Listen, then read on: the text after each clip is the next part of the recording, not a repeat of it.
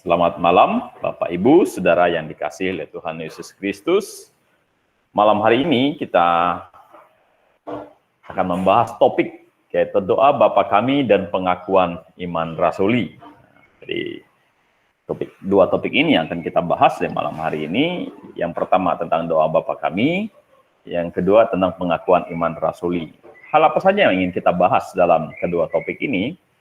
Yang akan kita bahas adalah masih diperlukah doa Bapa kami dan pengakuan iman rasuli dipraktekkan di dalam gereja. Nah, maksudnya apa? Maksudnya adalah ada gereja-gereja tertentu ya, mereka memasukkan doa Bapa kami dan pengakuan iman rasuli itu di dalam literatur, liturgi gereja, ya, di dalam liturgi gereja, yang ketika dalam pertemuan jemaat ya, di dalam pertemuan jemaat itu dibacakan atau itu disampaikan dalam pertemuan jemaat, dan itu merupakan satu liturgi yang wajib. Jadi wajib ada doa Bapa kami, wajib ada pengakuan iman rasuli. Nah, biasanya itu ada di pertengahan maupun di akhir daripada liturgi itu sendiri ya, di acara kebaktian. Jadi, nah itu terus menerus dilakukan sampai hari ini. Gitu kan. Nah, dan itu yang akan kita lihat ya di malam hari ini. Apakah itu harus kita praktekkan di gereja, di dalam gereja saat ini, atau itu sudah selesai atau sudah tidak diperlukan lagi atau bagaimana? Nah, itu yang akan kita bahas ya. Ya, coba kita lihat yang pertama dulu adalah doa Bapa kami. Ya. Doa Bapa kami itu ada di dalam Matius pasal yang ke-6 dari ayat yang ke-9 sampai ayat yang ke-13. Jadi ada dalam Matius pasal yang ke-6 ayat 9 sampai ayat yang ke-13. Saya akan bacakan bagi kita. Karena itu berdoalah demikian, Bapa kami yang di surga, dikuduskanlah namamu, datanglah kerajaanmu, jadilah kehendakmu di bumi seperti di surga. Berikanlah kami pada hari ini makanan kami yang secukupnya, dan ampunilah kami akan kesalahan kami, seperti kami juga mengampuni orang yang bersalah pada kami. Dan janganlah membawa kami ke dalam pencobaan, tetapi lepaskanlah kami daripada yang jahat. Karena Engkaulah yang punya kerajaan dan kuasa dan kemuliaan sampai selama-lamanya. Amin. Nah, Bapak Ibu Saudaraku yang dikasihi oleh Tuhan Yesus Kristus, kalau kita melihat konteks daripada doa Bapa kami ini merupakan salah satu bagian dari rangkaian khotbah di bukit. Jadi Tuhan Yesus berkhotbah di bukit dan mengajarkan banyak hal. Kalau Anda lihat di Matius pasal 5, itu adalah dia khotbah di bukit. Yang pertama dia berbicara masalah kebahagiaan. Seperti apakah orang yang berbahagia itu? Dia berbicara masalah orang-orang percaya terang dan garam dunia. Habis itu dia berbicara tentang Yesus dan hukum Taurat. Dan habis itu dia berbicara bagaimana cara memberi sedekah. Dan akhirnya murid-muridnya bertanya, bagaimana cara berdoa? Ya, dia bilang, kalau kalian berdoa jangan seperti orang munafik. Ya, mereka suka berdiri tikungan-tikungan jalan. Mereka menggunakan jubahnya, ya, baru mereka berkata-kata berdoa di pinggir-pinggir jalan seperti itu. Tetapi kalau kamu mau berdoa, berdoalah, dia pergilah ke tempat tidurmu, tutup kamarmu, berdoalah di sana. Jangan berdoa untuk dilihat orang, jangan berdoa untuk dipuji orang. Gitu. Jangan berdoa supaya kamu kelihatan seolah-olah kamu rohani. Gitu. Kalau benar ya berdoalah antara engkau dan Bapamu yang di surga, kata Tuhan Yesus Kristus. Gitu. Ya, dan jangan berdoa itu bertele-tele. Kenapa? Karena Tuhan bilang, sebelum kamu meminta pun Tuhan sudah tahu. Nah, kalau begitu berdoalah begini katanya. Bagan doanya seperti ini. Jadi ketika murid-muridnya bertanya, bagaimana cara berdoa? Apakah seperti ahli Taurat, seperti orang Farisi?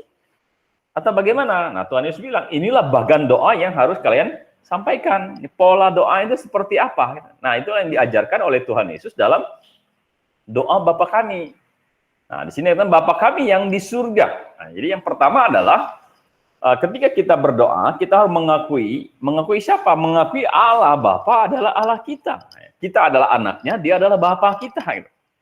Dan sebelum seseorang bisa menjadi anak Allah, ya, dia harus diselamatkan dulu. Ya, dia harus diselamatkan dulu, baru kita menjadi anak Allah. Dan setelah kita menjadi anak Allah, baru kita layak memanggil Allah sebagai Bapa kita.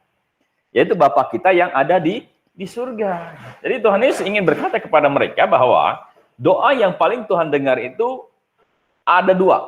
Ya, yang pertama adalah doa ketika kita bertobat dan percaya kepada Tuhan Yesus Kristus, yaitu doa pertobatan. Yang kedua adalah doa anak-anaknya. Gitu.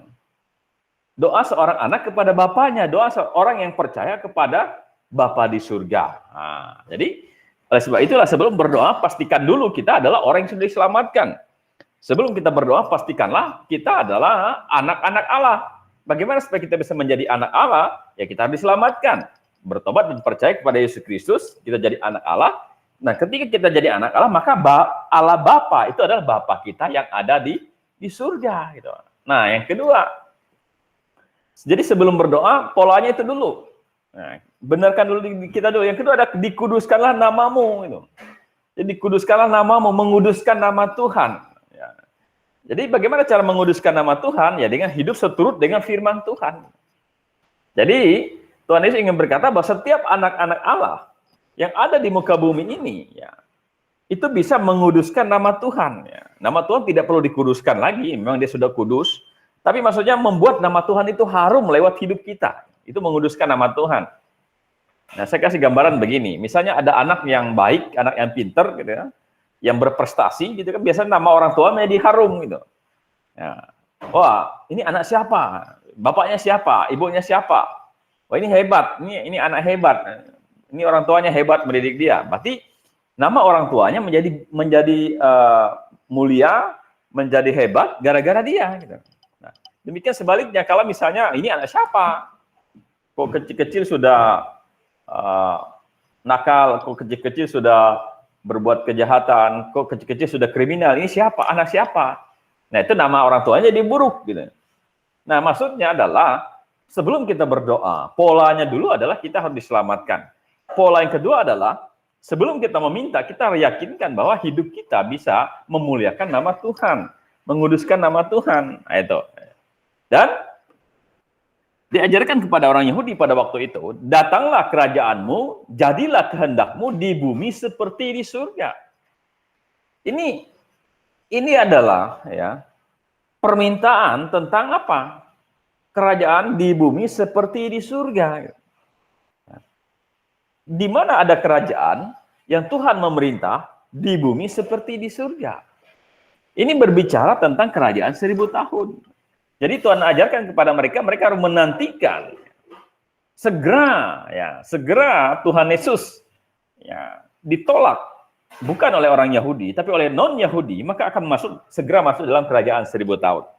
Makanya berdoalah agar datanglah kerajaanmu, kerajaan 1000 tahunmu, jadilah kehendakmu yang di bumi itu seperti di surga. Nah, jadi maksudnya adalah kalian sudah anak Tuhan, nantikanlah kerajaan 1000 tahun itu gitu. Kerajaan yang bagaikan di bumi seperti di surga, karena Kristus langsung memerintah di dalam kerajaan 1000 tahun, dia memerintah sebagai raja, ya, dan orang-orang percaya ya, akan lolos dari ini dari penghukuman, karena kalau mereka diterima maka 1 kali 7 tahun akan segera dan masuk dalam masa kerajaan 1000 tahun, dan orang-orang percaya ini bisa masuk dalam kerajaan 1000 tahun itu. Gitu. Nah, terus berikanlah kami pada hari ini makanan kami yang secukupnya. Nah, setelah kita diselamatkan, mengaku dia sebagai Bapa kita, dan hidup seturut dengan kehendak Tuhan, sehingga nama Tuhan dikuduskan ya, oleh anak-anaknya di muka bumi ini, baru pola selanjutnya adalah Tuhan memberikan perintah kepada kita agar kita meminta. Meminta apa dulu? Yang pertama adalah meminta segera datanglah kerajaan 1000 tahun itu. Yang kedua, minta Tuhan mencukupkan keperluan kita. Ya, jadi minta Tuhan mencukupkan keperluan kita. Jadi berikanlah kami pada hari ini makanan kami yang secukupnya. Nah, jadi Tuhan mengajarkan kepada kita adalah bergantung kepada Tuhan hari lepas hari. Minta tuntunan Tuhan, minta perlindungan Tuhan, minta penjagaan Tuhan hari demi hari di dalam hidup kita. Yang disimbolkan dengan di sini, berikanlah kami pada hari ini makanan kami yang secukupnya. Nah, makanya doa ini adalah doa yang tidak relevan lagi kita secara teksnya kita baca tiap-tiap hari dalam pertemuan jemaat. Kenapa? Karena coba Anda bayangkan, berikanlah kami pada hari ini makanan kami yang secukupnya. Ya, padahal misalnya di rumah kita beras ada 50 kilo. Ya, di kulkas kita ada sayur, ada buah-buahan, ada daging, ada ikan, ada daging beku lah, ada macam-macam. Nah, yang sebenarnya 1 minggu pun sudah cukup. Ya. Lalu apakah kita bilang, Tuhan berikanlah makanan kami yang secukupnya untuk hari ini? Tuhan bilang, banyak sekali itu di kulkasmu, banyak sekali dalam karungmu, gitu kan. Nah, bagaimana kamu minta berikanlah kami makanan pada hari yang secukupnya? Sebenarnya polanya ini adalah Tuhan mengajarkan untuk kita apa? Berserah kepada Tuhan hari lepas hari. Ya, gambarannya seperti memberikan makanan pada kita tiap-tiap hari. Lalu apakah kalau misalnya makanan kita sudah cukup lalu kita tidak berdoa lagi? Tidak.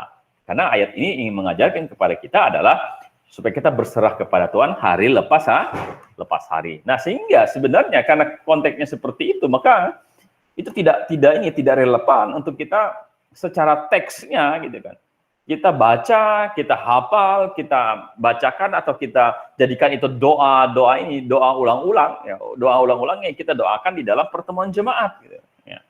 Terus, dan ampunilah kami akan kesalahan kami, seperti kami juga mengampuni orang yang bersalah kepada kami. Nah, ini adalah pola di mana kita belajar untuk mengampuni. Ya, jadi yang pertama tadi kita mengakui kita diselamatkan dulu, Bapa adalah Bapa kita. Yang kedua baru kita meminta kerajaan 1000 tahun segera datang. Minta apa lagi? Ya, itu adalah pengharapan orang Israel kerajaan 1000 tahun, gitu ya. Kayak itu yang dijanjikan kepada mereka. Ya. Ya, terus meminta perlindungan Tuhan, kecukupan dari Tuhan hari lepas hari. Ya, jadi maunya Tuhan kita terus bergantung kepada Dia. Apa lagi? Dan pengampunan. Ya, jadi minta pengampunan dari Tuhan. Ya, siapa tahu kita ada bersalah, ya Tuhan minta pengampunan. Ya, dan pengampunan itu bukan berarti bahwa kita tidak diampuni. Ya, sebenarnya pengampunan itu berbicara masalah bagaimana kita memperbaiki hubungan kita dengan Tuhan. Jadi kalau kita salah, mengakui kesalahan, kita berjanji dalam hati kita tidak mengulangi hal itu lagi. Makanya perlu ada namanya doa minta pengampunan. Dan ampunilah kami akan kesalahan kami, seperti kami pun juga mengampuni orang yang bersalah kepada kami. Nah, jadi Tuhan bilang, ya dasar daripada pengampunan adalah kasih Tuhan, dan Tuhan yang sudah mengampuni kita, ya, harus yang orang-orang yang sudah diampuni ini harus mampu untuk mengampuni orang lain. Ya, makanya, dan ampunilah kami akan kesalahan kami, seperti kami juga mengampuni orang yang bersalah kepada kami. Dan kalau kita tidak bisa mengampuni orang yang bersalah kepada kita, ya, maka sebenarnya kita juga tidak layak ya, untuk minta pengampunan dari Tuhan. Maka saya katakan bahwa semakin kita membaca firman Tuhan, semakin kita mengenal firman Tuhan, semakin kita di dalam kebenaran, harusnya kita adalah orang yang paling bisa mengampuni orang lain. Ya, tidak ada satu kesalahan orang pun yang layak untuk kita tidak ampuni. Mengapa? Ya, karena kalau kita tidak mengampuni orang, ya, Tuhan pun akan tidak mengampuni kita. Gitu. Nah, ini bagaimana bahasanya? Sebenarnya bahasanya itu begini. Dan ampunilah kami akan kesalahan kami, seperti kami juga mengampuni orang yang bersalah kepada kami. Maksud Tuhan adalah orang yang sudah diampuni oleh Tuhan, itu pasti bisa mengampuni orang lain. Ya, karena kesalahan dia itu besar sekali dan Tuhan sudah ampuni. Pengampunan yang dari Tuhan itu memampukan dia untuk mengampuni orang yang bersalah kepada dia. Dan kalau seseorang tidak bisa mengampuni orang lain, ya, maka dia tidak layak untuk mendapat pengampunan dari Tuhan. Maksudnya apa? Maksudnya Tuhan adalah sebenarnya kalau orang tidak bisa mengampuni orang lain, jangan-jangan dia sendiri belum diampuni. Artinya jangan-jangan dia belum diselamatkan. Kalau dia sudah diselamatkan, aplikasinya dia mampu untuk mengampuni orang lain. Apapun kesalahan orang lain. Ya. Dia tidak akan melihat itu sebagai hal yang harus dia tanamkan dalam hatinya yang membuat dia tidak bisa mengampuni orang lain. Dan kalau orang tidak bisa mengampuni orang lain, sebenarnya dia sendiri belum diampuni. Atau dengan kata lain, dia sendiri belum diselamatkan. Sehingga apa? Sehingga orang yang sungguh-sungguh sudah diselamatkan, yang sudah berkata Tuhan sudah mengampuni dosa kita dulu, sekarang, dan akan datang, harusnya bisa mengampuni orang lain. Apapun itu kesalahannya. Walaupun itu berat, walaupun itu sulit, tetapi dia bisa mengampuni. Dan ketika dia mengampuni, pasti ada namanya sukacita. Nah, jadi polanya itu adalah kita mengaku Tuhan sebagai Bapa kita. Yang kedua, kita meminta pada Tuhan. Yang ketiga, kita meminta pengampunan kepada Tuhan. Dan apa lagi? Ya, terus kita baca ya. Dan janganlah membawa kami ke dalam pencobaan. Tetapi lepaskanlah kami daripada yang jahat. Nah, sebenarnya ayat ini tidak mengajarkan kepada kita supaya kita bagaikan berjalan di jalan tol. Jadi hidup kita atau iman kita bagaikan berjalan di jalan tol. Tidak seperti itu. Yang semuanya mulus, semuanya baik, semuanya jalannya lurus, tidak ada masalah, tidak ada pencobaan, tidak ada tantangan, tidak ada apapun. Bukan itu maksud ayat ini. Ya. Maksud ayat ini adalah, dan janganlah membawa kami ke dalam pencobaan, tetapi lepaskanlah kami daripada yang jahat. Karena kita ingin berkata seperti Ayub berkata. Ya. Dia bilang, ketika aku dicobai, aku akan muncul seperti emas. Tuhan, secara iman, kami sudah kuat Tuhan. Kami bisa Tuhan, kami bisa menang Tuhan. Karena itu janganlah membawa kami ke dalam pencobaan. Toh, kalaupun Tuhan izinkan kami membawa dalam pencobaannya, maka kami akan menang atas pencobaan itu. Ya. Dan kami akan keluar sebagai pemenang. Ya, karena itu jangan membawa kami ke dalam pencobaan. Tetapi kalau bisa lepaskanlah kami daripada yang jahat. Ya, jadi ayat ini tidak mengajarkan kepada kita, kita berdoa jangan Tuhan, ya, saya tidak mau dicobain, ya, saya tidak mau digoda oleh iblis, ya, saya tidak mau lindungi kami dari godaan dari apapun juga, bukan itu. Ya. Maunya ayat ini ingin berkata bahwa Tuhan jangan membawa kami ke dalam pencobaan. Karena kami yakin, karena saya yakin, ya, secara iman saya kuat, secara iman saya akan menang atas pencobaan itu. Karena itu lepaskanlah kami daripada yang jahat. Ya. Karena apa? Karena engkaulah yang punya kerajaan dan kuasa dan kemuliaan sampai selama-lamanya. Ini mengakui kebesaran dan kemuliaan Tuhan. Nah, Bapak Ibu Saudaraku yang dikasihi oleh Tuhan Yesus Kristus. Sebenarnya ini adalah bagan doa. Ya, kalau dalam bahasa sederhananya ini adalah outline, garis besarnya doa. Jadi kalau mau berdoa itu seperti ini. Mengakui dia sebagai Bapa kita adalah anaknya. Habis itu kita minta apa? Minta kerajaan Tuhan datang. Minta apa lagi? Minta Tuhan cukupkan keperluan kita. Minta apa lagi? Minta kekuatan Tuhan untuk kita bisa mengampuni orang lain dan Tuhan mengampuni kita. Minta apa lagi? Minta perlindungan Tuhan, jangan membawa kami ke dalam pencobaan. Tapi kalaupun Tuhan izinkan kami dalam pencobaan, kami pasti akan menang.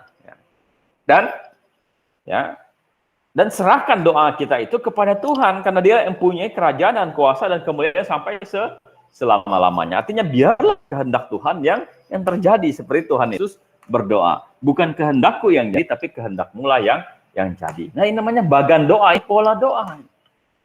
Dan pola ini tidak pernah dipraktekkan oleh murid-muridnya setelah ini. Maksud teks-teksnya gitu. Teksnya mereka ulang-ulang, mereka dalam perkumpulan mereka, dalam pertemuan jemaat mereka, baru rasul-rasul, oh iya, Tuhan Yesus kan ajarkan di Matius pasal 6 itu tentang bagaimana kita berdoa, yuk kita ulangi lagi doa itu. Tidak. Yang Tuhan maksudkan ini adalah bagannya, polanya, outline-nya. Masalah isinya, kata-katanya seperti apa, ya enggak masalah, gitu. Terserah, kalian meminta apa. Mungkin ada orang yang tidak minta makanan yang secukupnya untuk hari ini. Mungkin dia minta kesembuhan, mungkin dia minta hikmat, mungkin dia ada minta kecerdasan, mungkin dia ada minta anak, mungkin. Dia mungkin ada minta suami atau minta istri, gitu kan. Ya intinya minta, gitu kan. Ya, jadi dia adalah Bapa kita, habis itu meminta sesuatu. Tuhan perbolehkan kita untuk meminta. Nah, karena permintaan, kebutuhan, kerinduan tiap-tiap orang berbeda, maka doa Bapa kami, ya, secara teksnya gitu kan, itu tidak cocok untuk dibacakan atau dihafal di dalam tiap-tiap pertemuan jemaat. Gitu. Karena ini bagannya. Gitu.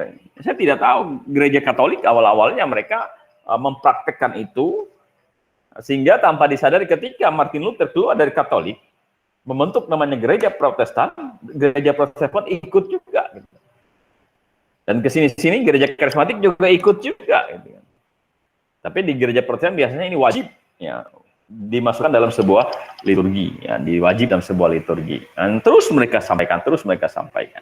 Nah, padahal kita bilang ini adalah pola bagan doa yang diajarkan oleh Tuhan Yesus. Outline-nya, ya. Ini polanya, ini outline-nya. Jadi kalau berdoa itu, pertama kita mengakui dia sebagai Bapa kita dan kita adalah anaknya, artinya kita sudah diselamatkan. Setelah itu kita hidup seturut dengan kehendak Tuhan, karena kalau kita hidup seturut dengan kehendak Tuhan, permintaan-permintaan kita pun biasanya sesuai dengan kehendak Tuhan. Ya, jadi permintaan-permintaan pun dia tentu sesuai dengan kehendak Tuhan, dan habis itu mintalah kepada Tuhan. Ya, minta apa? Terserah. Minta. Setelah itu, biarlah kehendak Tuhan yang terjadi di dalam permintaan kita. Kalau terjadi, puji Tuhan. Tidak terjadi, juga puji Tuhan. Berarti ada rencana Tuhan terbaik dari semuanya itu. Jadi saya tegaskan bahwa dari sinilah mengapa di jemaat kita, yaitu di gereja GBIA, Gereja Baptis Independen Alkitabiah, kita tidak mempraktekkan, ya, membaca atau menghafal teks doa Bapa kami yang ada di dalam Matius pasal 6 ayat 9 sampai ayat 13 itu diulang-ulang dalam pertemuan jemaat. Ya, yang kita ambil adalah polanya ya. Outline-nya yang kita ambil, dan itu yang kita praktekkan baik di dalam doa pribadi maupun doa kelompok maupun di dalam doa jemaat. Nah, jadi itu. Nah, sekarang coba kita lihat ya. Nah, yang kedua ya. Yang kedua ini adalah pengakuan iman rasuli. Ya, jadi namanya sih bagus ya, pengakuan iman rasuli. Nah, kenapa mereka menyebut ini adalah pengakuan iman rasuli? Ya, karena ya dikatakan bahwa ini adalah pengakuan iman para rasul. Rasul itu sesuai rasul atau rasuli. Jadi pengakuan para iman rasul. Gitu. Nah, tetapi sebenarnya kita bilang, kalau kita melihat sejarahnya, ya, pengakuan iman rasuli ini, ya, sebenarnya ada di abad yang ketiga. Jadi muncul di abad ketiga di kota namanya Nisea, daerah kekuasaan Konstantin, ya, waktu itu daerah Italia, ya, dan mereka membuat suatu pengakuan iman kepada orang-orang yang akan biasanya percik waktu kecil. Nah, ketika dia mau menjadi remaja dewasa, masuk dalam gereja, ada namanya katekismus atau katekisasi, yaitu pembelajaran. Ya, sebelum seseorang diteguhkan untuk menjadi jemaat dewasa, ya, oleh gereja Katolik, biasanya itu diadakan namanya katekisasi atau pembelajaran. Katekismus, katanya. Ya. Dan pelajaran apa? Ya, dan pelajaran itu mengadakan satu pengakuan iman. Ya, jadi pengakuan iman. Dan di Nisea itulah, abad yang ketiga itu pengakuan iman itu akhirnya dikonsepkan. Ya. Jadi dikonsepkan pengakuan imannya seperti beberapa pengakuan iman sebenarnya, dan itu terus direvisi. Ada yang nanti direvisi abad kelima, dan yang persis sama seperti yang kita hari ini itu ada di abad yang ke-10. Jadi itu sudah melalui berbagai macam revisi. Karena pengakuan iman itu muncul pertama kali itu ada 3 pengakuan iman Nisea, pengakuan iman rasuli katanya, dan pengakuan iman satunya lagi saya lupa. Jadi 3 pengakuan iman itu yang beredar pada waktu itu. Tetapi lama-lama ketiga itu disatukan membentuk pengakuan iman, katanya pengakuan iman rasuli. Ya, jadi pengakuan iman rasuli. Ya.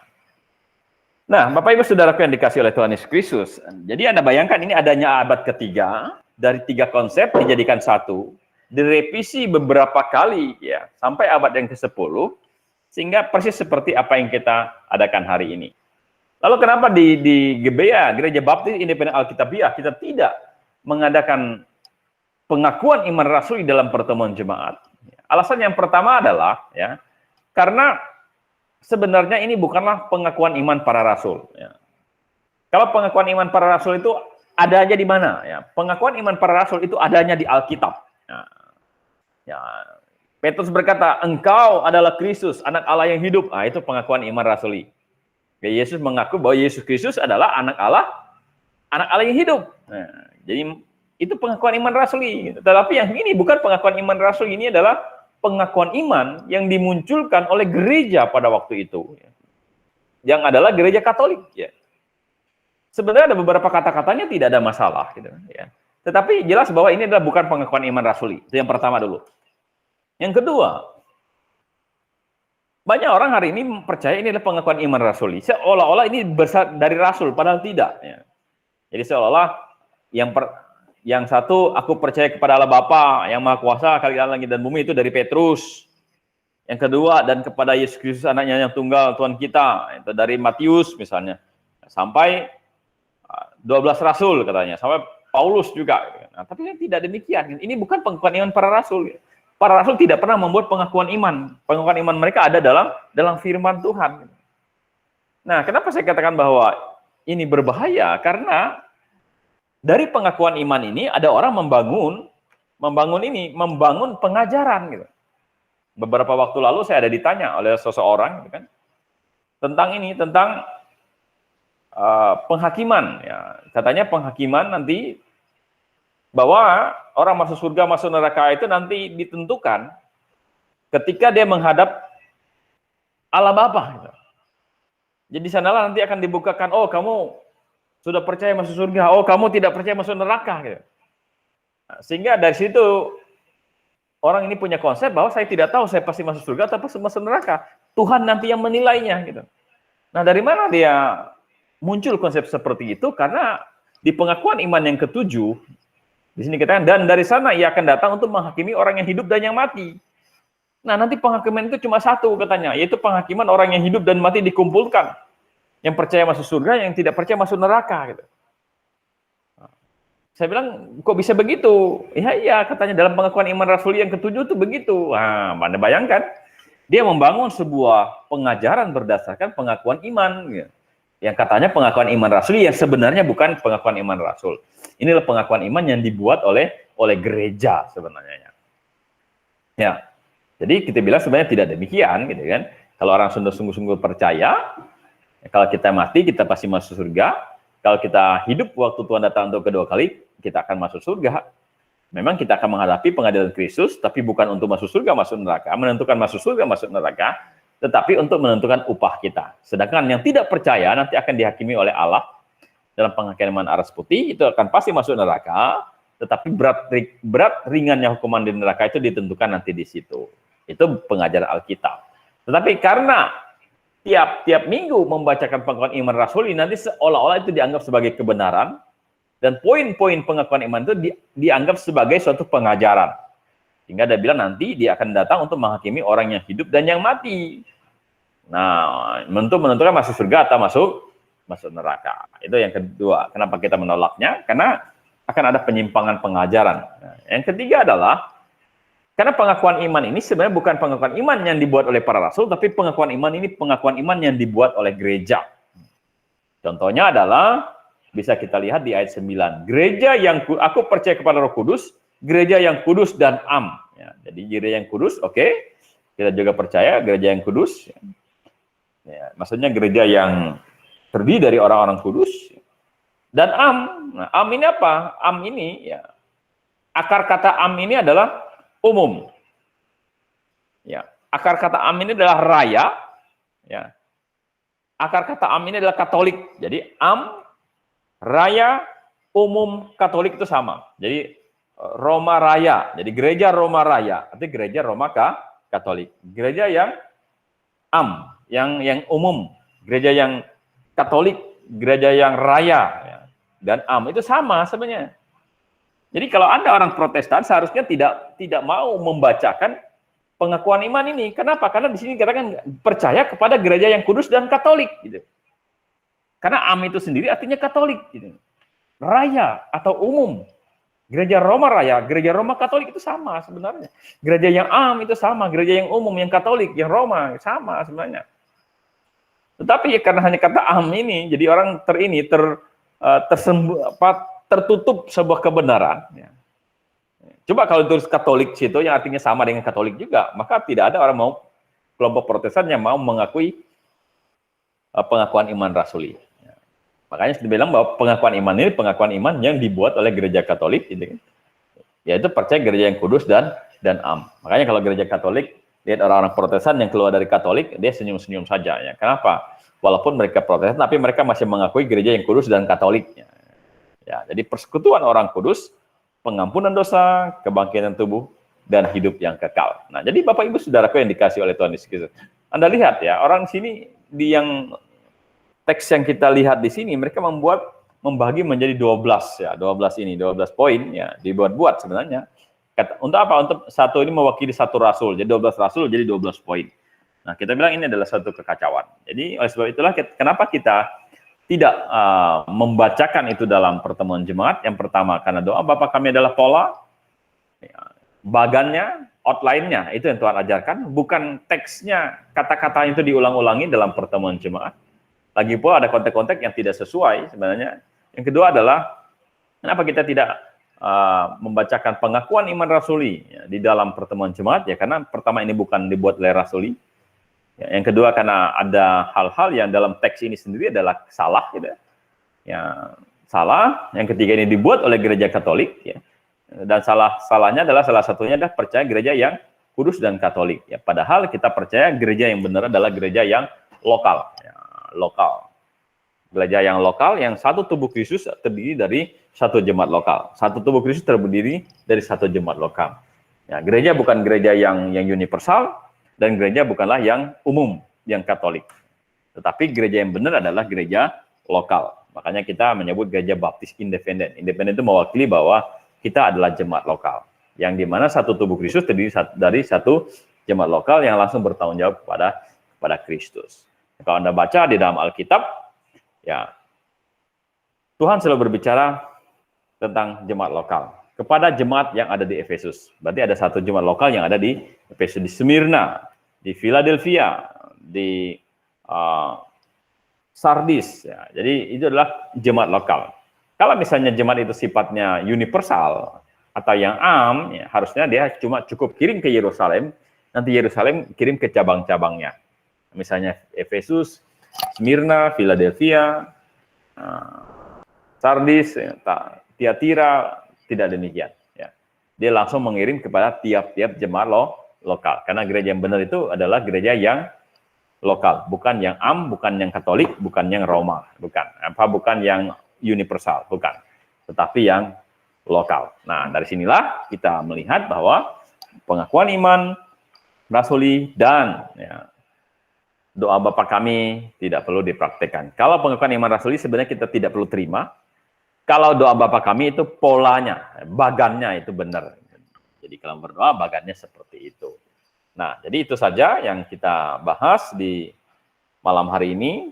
Kita doa Bapa kami ya, dan pengakuan iman rasuli. Kenapa di gereja kita tidak mempraktekannya di dalam liturgi atau di dalam pertemuan jemaat? Mau kita bacakan atau kita hafal atau menjadi pola di tiap-tiap mengakhiri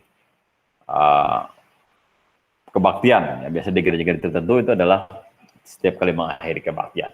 Oke, sampai di sini pembahasan kita. Tuhan Yesus memberkati. Ya.